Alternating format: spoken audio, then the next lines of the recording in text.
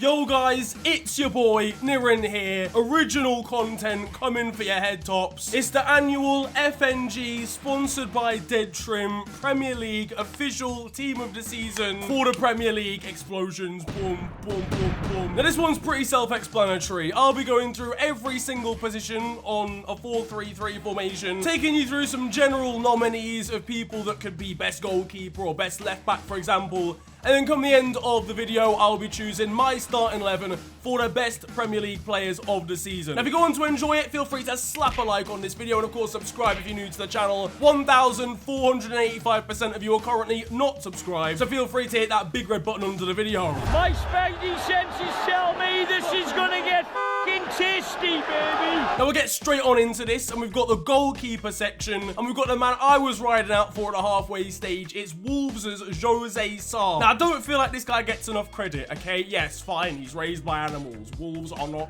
you get me, they're not humans. But any man who has his name as one syllable is a feared man. He's ready to get down to business. He's not got time to waste on extra syllables. There's like a graph slash table general data that suggests Jose Sarr has individually prevented 9 goals during a season, like based on the amount of goals he's conceded versus like expected shots conceded against his goal. Nobody else comes close. The next person is on 2, and that's ALISSON. And Jose Sarr has 9. Now, I mentioned ALISSON, Liverpool's goalkeeper, is next up. Joint most clean sheets of anybody in the league with 20. I'm pretty sure we had a run of like 10 in a row as well at some point. He's a wholesome man as well. Like, his hobbies are just religion and meat, and that's it. That sounds crazy. Not like that, obviously. Disgusting! Third choice, Ramsdale, Arsenal's goalkeeper. Now, if this whole team was just based on shithousery and that's it, Ramsdale's going straight in the team. If it was based on recaptured hairlines, he'd be in the team. Pretty much all of Arsenal's back line would be in the team. But unfortunately for him, it's not just about that. It is about his goalkeeping prowess. And to be fair, it's been pretty good. Arsenal dropped off towards the end of the season. They obviously capitulated, but I don't think any of that was down to him. He got himself 12 clean sheets as well in total, which is a pretty respectable amount for Arsenal. And then finally, we got Ederson, who's joint on clean sheets with Alisson with a total of 20. And to be honest, like, even though he plays for Man City, I feel like Ederson deserves more credit when it comes to these things. I feel like he never actually gets into team of the season, even though he's a very competent goalie as well. Then again, he does have an emoji written on his neck, so that kind of balances it out. Probably deserved that. Obviously, he's joint on clean sheets with Alisson, but I feel like Alisson's made more big saves during the course of the season than Ederson has. Either way, he's like the best distributor of probably any goalkeeper in the world. Right backs, we go again. Trent Alexander-Arnold, first of all, at Liverpool. The man could hit a wheelie bin from 6 kilometers away. So for me, we're going to talk about right backs here, but you don't need to actually be able to defend to be a good right back anymore. Obviously, everyone gets onto Trent because they say he can't defend, but you get me, he's my boy. Obviously, we go way back to about 3 months ago, but he's been involved in 17 clean sheets, 18 big chances created, and he got himself 12 assists. Like, as a right back, that's nonsensical. But yeah, overall, those numbers probably enough to put him just behind Kieran Trippier and Matty Cash for the England squad. Matty Cash is Polish now, and Gareth Southgate would still choose him over Trent. The man that everybody compares Trent to next up, Aaron Wan-Bissaka. I'm missing. Obviously not. Are you mad? Reece James, who obviously was injured as well for a decent portion of the season. Yeah, he only made 22 starts, but got himself 5 goals and 9 assists, which is absolutely crazy from his position. Chelsea's wing back, so important. When they both got injured, their season fell apart. It's not like a coincidence. And again, another fullback that's just sick attacking-wise. And he's good defensively as well, but you get, you know, those like 74-year-old bosses from like the 90s that just played 4-4-2 all the time. They're turning, they're not dead. They're turning on their sofas. Honorable mentions as well. I tend to do this for players that I'm probably not gonna put in the team but deserve a shout out anyway. Kyle Walker, I don't think he's been that spectacular, but he's the right back in a title winning team and he's been pretty good, so I think he deserves a shout. I would have felt a bit unfair not giving him one. And you probably weren't expecting to see a Burnley player in here, but I think Nathan Collins of Burnley in a team, let's be honest, that's championship quality, has been really consistent, especially towards the end of the season. I don't know how his first half of the season is, I'm not gonna lie. But he's definitely someone that I noticed in the latter stages on the second half, so props to him as well. Centre-backs, THIAGO SILVA. Do you actually know this guy's 37? Like, I don't think he has to pay for train tickets. Like, he's genuinely a senior citizen. He's the only player in the Premier League to be able to use a senior citizen card for his parking slot. He's only conceded 33 goals all season, and to me, he's been Chelsea's best defender. He's an absolute warrior. He's played, I think, the third most of any Chelsea player during the season. Yeah, just classy. I'm not going to use Rolls-Royce. Everyone does use Rolls-Royce, though, for the next man, Virgil van Dijk, who once again is just nuts. 21 clean sheets in total in the league is ridiculous. He's the best centre-back in the league in terms of duels. I think like 73% like success rate, both aerially and on the ground, and 0 errors leading to goals as well. So he's just done his job, he's been successful, and he's not even made any mistakes. So best centre-back in the world. 12 clean sheets in 27 starts for Ruben Diaz, who's the next man that we talk about here. He was the Premier League player of the season, was he not last year? Or he won, I think he won PFA, I don't know. He won some kind of award. I remember it was his debut season. He's not been as good this season, in my opinion, but it was always going to be hard to reproduce that again. He has also been injured for like a chunk of the season at one point as well, but I think he's still impressed, to be honest with you. And then finally, we got MATIP, the man kind of in Virgil van Dijk's shadows, I guess, when it comes to centre-backs. I don't give a single fuck, okay? He scored a goal at the end of one of his dribbles, so just get him in the team. Like, that's the mission accomplished. We only have him in the team so that at some point in time, he could do that. He's got a high percentage of duels won as well, like 68%.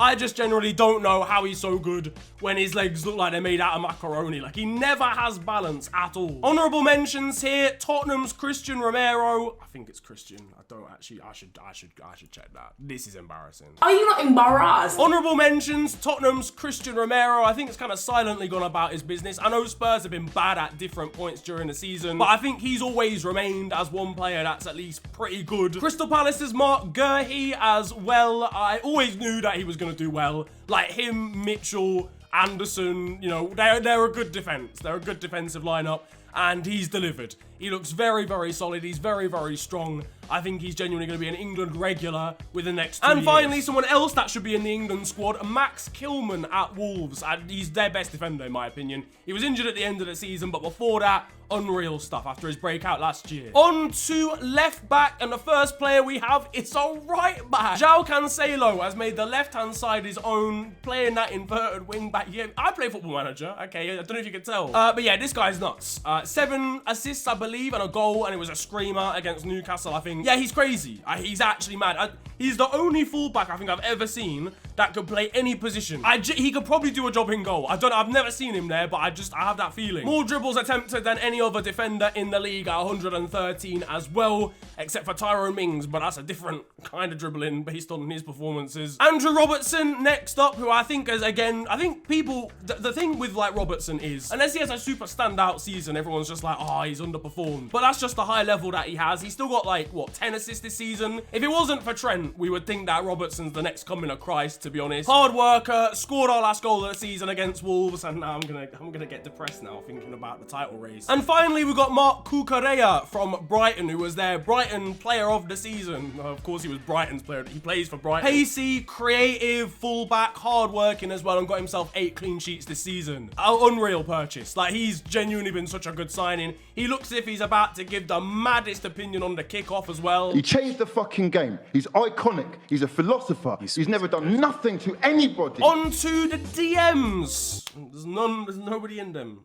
So on to the defensive midfielders. We got Rodri, who for me, yeah, one of actually the players of the season, just overall, like just flatline. Rodri has been unreal. I didn't really rate him that much last season, but he's found that grittiness in his game that you kind of need in a Pep side because of, you know, their sort of tactical fouls and stuff. But he's also got the passing capabilities that you need to be a DM in Pep's system. Like, I think he's got the highest rate of actually successful passes of anyone in the league, and obviously half of the passes he makes are like 6 centimeters to his left based on where he is on the pitch, but he still does them very, very well. I'm not selling him here. But no, for me, Rodri's been one of the best players of the season, just midfield-wise especially, so yeah, definitely a strong contender. We've got Declan Rice as well, West Ham captain, who, I said this at a halfway stage, yeah, he's better as a ball carrier now. It turns out he carried the ball the furthest of any centre mid in the league. I know ball. I have balls knowledge. I mean,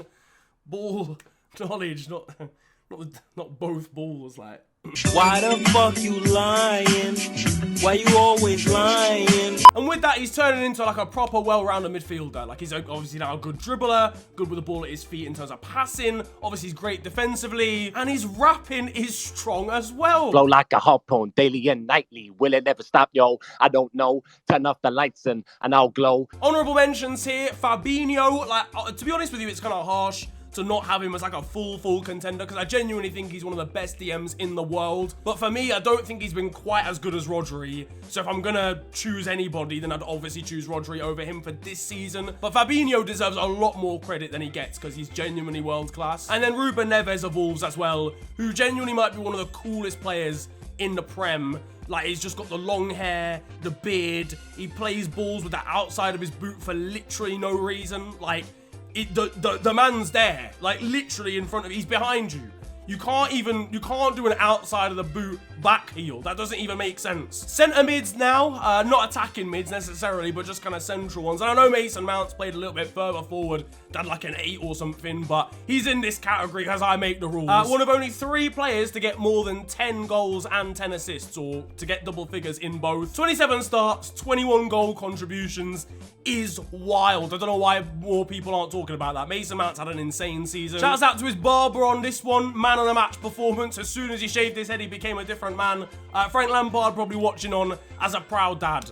That's not actually the dad, because like biologically they're not related, obviously, but Kevin De Bruyne, you knew he was gonna turn up. What, 3 players of the season in a row? Yeah, he's nuts. He's genuinely inevitable. He'll start so slowly. Like, I remember he had like 0 assists and 2 goals in like December or something, and now he's turned up with 15 goals come the end of the season. He scored a weak foot hat-trick just casually against Wolves, and obviously delivers on the big occasions as well, setting up the title-winning goal. I'm gonna get depressed again, for fuck's sake. Bernardo Silva, I think, gets a shout here as well. I mean, like, well, more than a shout. Like, the guy, I think people forget, the first half of the season, we were saying that Bernardo Silva and Mo Salah, along with, like, I guess Benzema and Lewandowski, were actually the best players in the world. Now, I know he's drifted off a little bit now that De Bruyne is getting his flowers at the end of the season. I don't feel like both can ever be doing incredibly at the same time. There's always going to be one Man City centre mid that stands out. At one point last year, it was Gundogan, but Bernardo Silva first half of the season was actually crazy. He's ran the most of any player in the league throughout the whole season, and he got himself 8 goals and 4 assists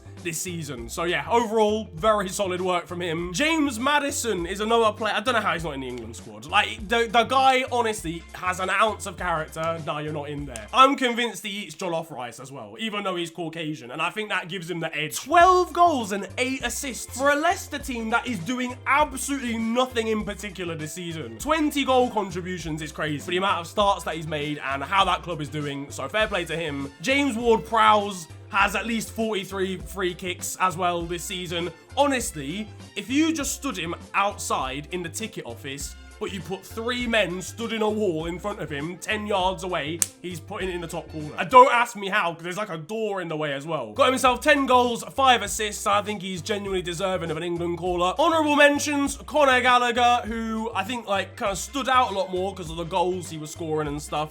But overall, I don't know if he's even necessarily been Crystal Palace's best player. Has had a 6th season though, regardless. And Chelsea, they should be edging him into the starting 11 next season for me. Martin Odegaard, I think again, another player that kind of a lot of hype drifted off when Arsenal started playing badly, but overall he still had a solid season too. And then John McGinn, like sofa score rating wise, he's actually really high up, so I think he deserves a lot more credit than he gets as well, and he gets himself straight to the point. Plus Patrick Vieira as well. I should have put him in the DMs list realistically, but this tackle on an Everton fan was wild. It's getting juicy now. We're getting to the forwards, specifically on the right hand side, and I mean there's only one man we can start off with here realistically. Mo Salah, most goals in the league, most assists in the league, 23 goals, 13 assists. Do you remember when he was like shaving his head down the sides? That was a weird time. I feel like he's the opposite of that guy who's all his powers in his hair. No, that would make him, no, because he was bad then. No, he was still good then. Regardless, I don't know if the power's in his hair or not, but Mo, Get me. Those were crazy times. I think keep the long hair. Honestly, we don't even need to go any further. Just the goals and the assists. 62 chances created. And this is all whilst missing time during African Cup of Nations as well. Like, it's actually wild. Mo, please. Sign a contract. I'm begging you, I'll do anything. Like, genuinely, I will do anything. Just call me, innit? JARROD BOWEN of West Ham United. What a season this guy's had as well. Only himself, Salah, and Mount, as I mentioned earlier on, have got more than 10 goals or assists.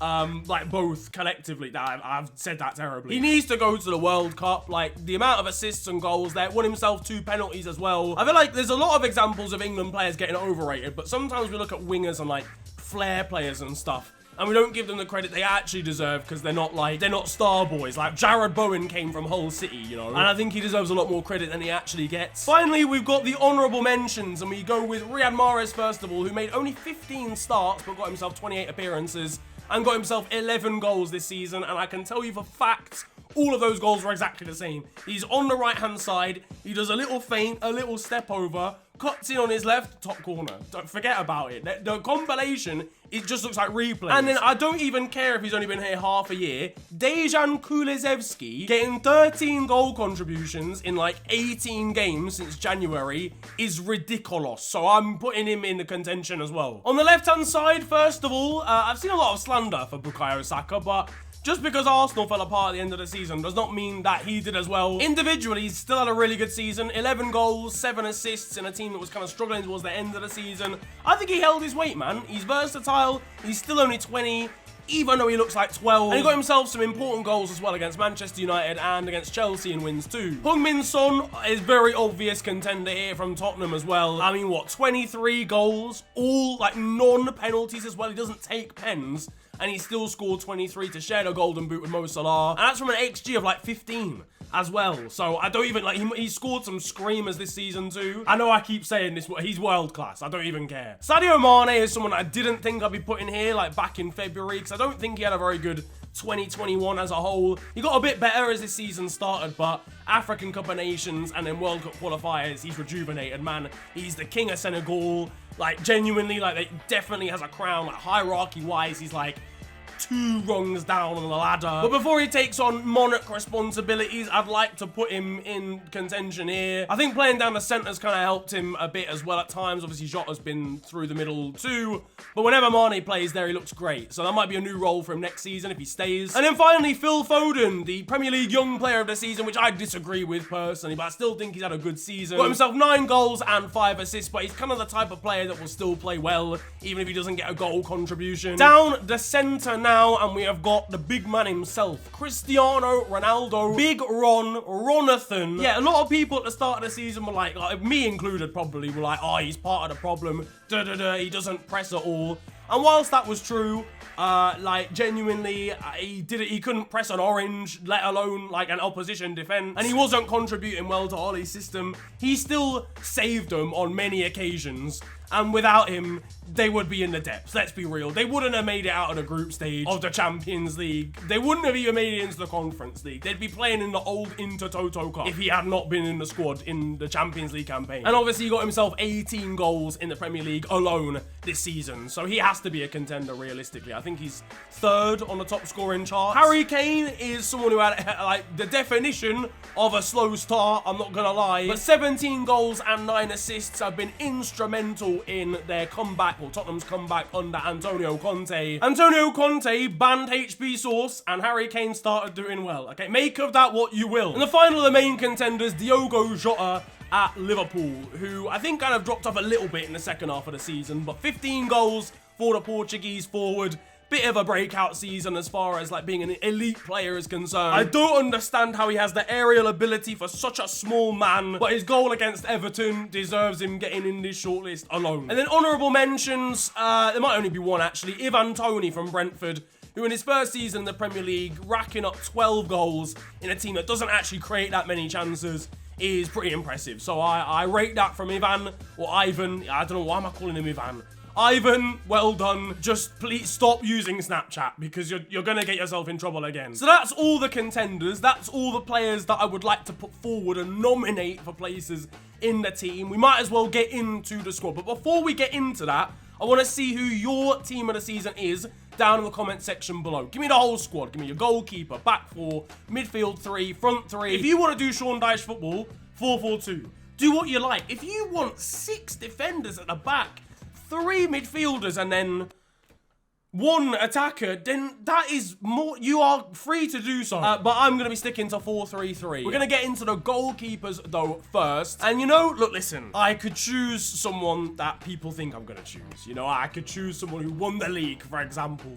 I could choose somebody who plays for my team. But I'm not going to do that. I'm an indie boy that listens to probably mainstream music, actually, thinking about it. But Jose Sa is the man. If you have 1 syllable in your name, I said already, you mean business. The fact that he alone has prevented 9 goals this season, I know he's been a bit shaky at times. His distribution hasn't been that great, and I think he was definitely at fault for 1 goal. Or maybe probably 2 goals. I can think of 1 against Arsenal, and I can think of another one where he just went walkabouts and made a mistake. But the cold hard facts are that nobody even comes close to him in terms of goalkeeping performance statistically this season. So I have to put him in.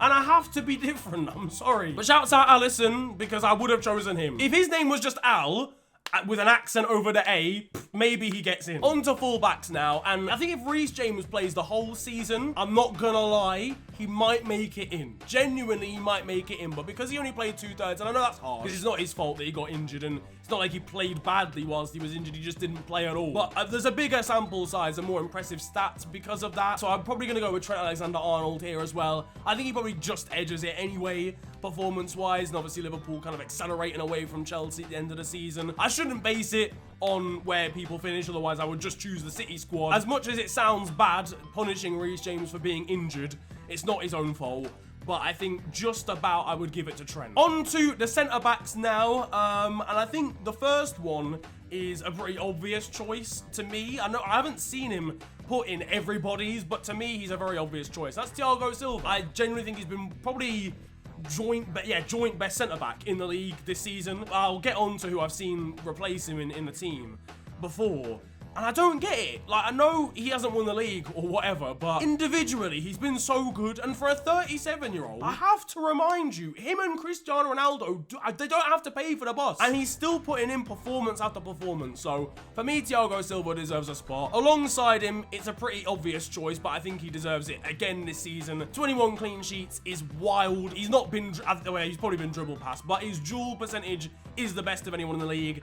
Virgil van Dijk. And he's got himself a couple goals as well. VVD, yeah, big man for the big occasions. He's going in the big man's team as well. Left back is, I'm going to be honest, another very obvious choice. I mixed it up with a goalkeeper, but from here on in, I don't know whether you'll get the same. I'm going with João Cancelo from Manchester City. He is just the obvious choice. Like, Andrew Robertson's been great. I like Cucurella. If I was doing an alternate team, Cucurella's definitely getting in. Mark, you can go on the bench. I'll do the bench at the end, actually thinking about it. So yeah, João Cancelo, you're in. Get your ID out and show it to the bouncer at the door. You're coming into the club. On to defensive midfield. We've got yet another Manchester City player. I'm slapping Rodri in. Honestly, I want to make outrageous choices, okay? I want to say, you know what? Boom. Oriol Romeo, get in the squad. But I can't do it. Rodri's been sensational. Man City deserve representation in the squad. They've won the league. And I think Rodri's been one of their standout players alongside someone like Cancelo. So he has to get in the side. Declan Rice, I think, will feel like hard done by. I think he's been sensational as well. If I could play 2 DMs, or if I wanted to play 2 DMs, I would obviously choose Declan Rice. But yeah, Rodri, unreal performer. 6th season, great passing percentage. Baller. And he scores bangers. He only scores from outside of the area as well. On to the centre mids now, and I'll be totally honest, I'm choosing the next guy based off stats. Pretty much alone here. Mason Mount of Chelsea. And people are always like, oh, flipping, all you do is look at stats or like goal contributions. What decides games? It's not the amount of corners you have. It's not the pass accuracy of your left winger. It's the amount of goals you score. So ultimately, yes, fine. If a player's like uber inconsistent and contributes a goal half the times in a season, sure, he might score 19 goals, but if he's playing badly all the time, then fine, whatever, I hear that. But Mason Mount has been directly involved in 21 goals this season. He deserves to be in the team for me. That means I have to do some moving around with positions and stuff, but I'm going to put Kevin De Bruyne in alongside him as well. I mean, I have to, realistically. Even though I think he was slow to start, he's, again, another one of those players that just because he doesn't actually contribute with goals and assists, like Phil Foden, doesn't mean he's not running the game. So yeah, Kevin De Bruyne, I think, is a natural fit there. On the right-hand side, he hasn't played there a huge amount of times, but he's just someone that can play there, so I'm slapping him there.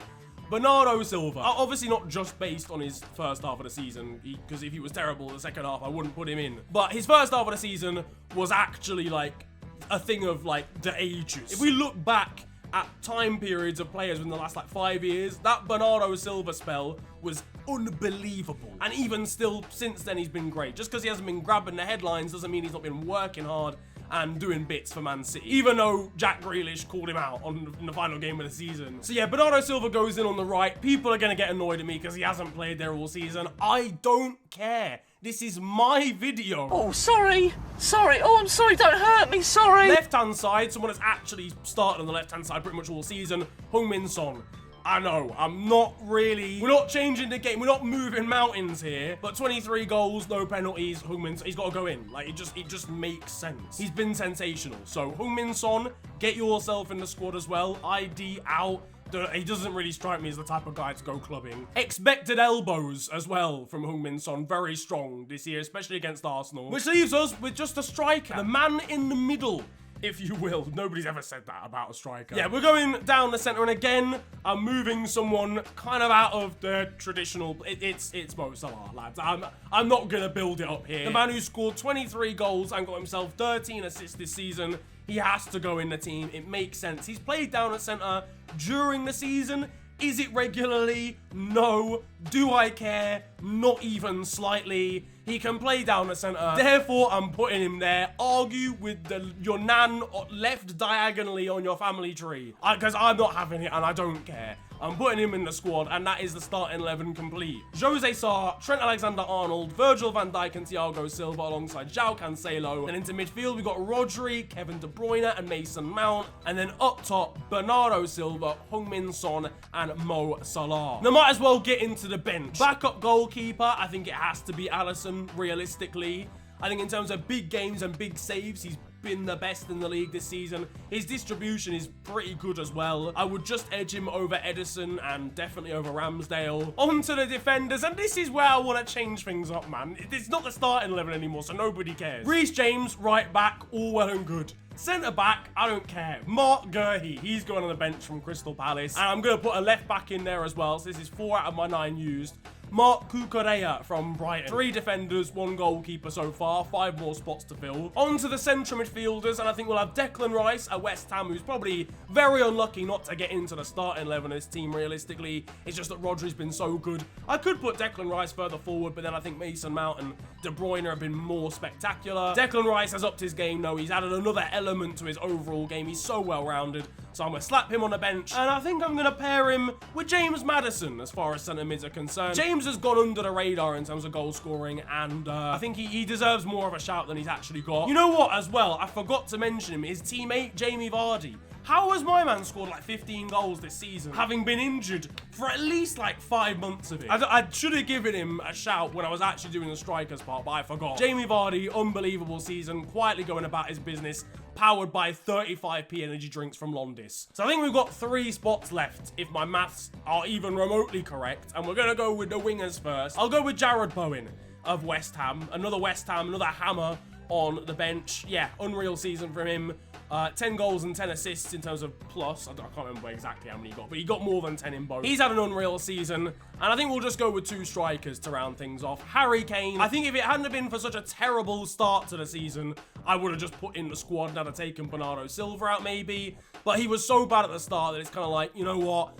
He's done enough to get on the bench and be a serious contender, but that consistency wasn't there. And Cristiano Ronaldo, realistically, for his age, for how bad the rest of that United squad is, getting 18 goals this season is very impressive from him. So I think he goes on the bench too. That, though, is going to wrap up the team of the season, my team of the season for the Premier League. Let me know what you think down in the comment section to my squad. And of course, as I said earlier, put your recommendations down in the comment section. If I missed out anybody as well in terms of just talking about them, then drop that down below as well. if there's a player you think that I missed out unfairly, then yeah, I'd love to hear your feedback on that one. If you enjoyed this video though, feel free to slap a like on it, and of course subscribe if you're new to the channel. You can also follow me on social media. It is at @theofficialfng on Twitter and on Insta. But it's been a pleasure ranting at you guys today. Have a wonderful day, enjoy yourselves, and goodbye.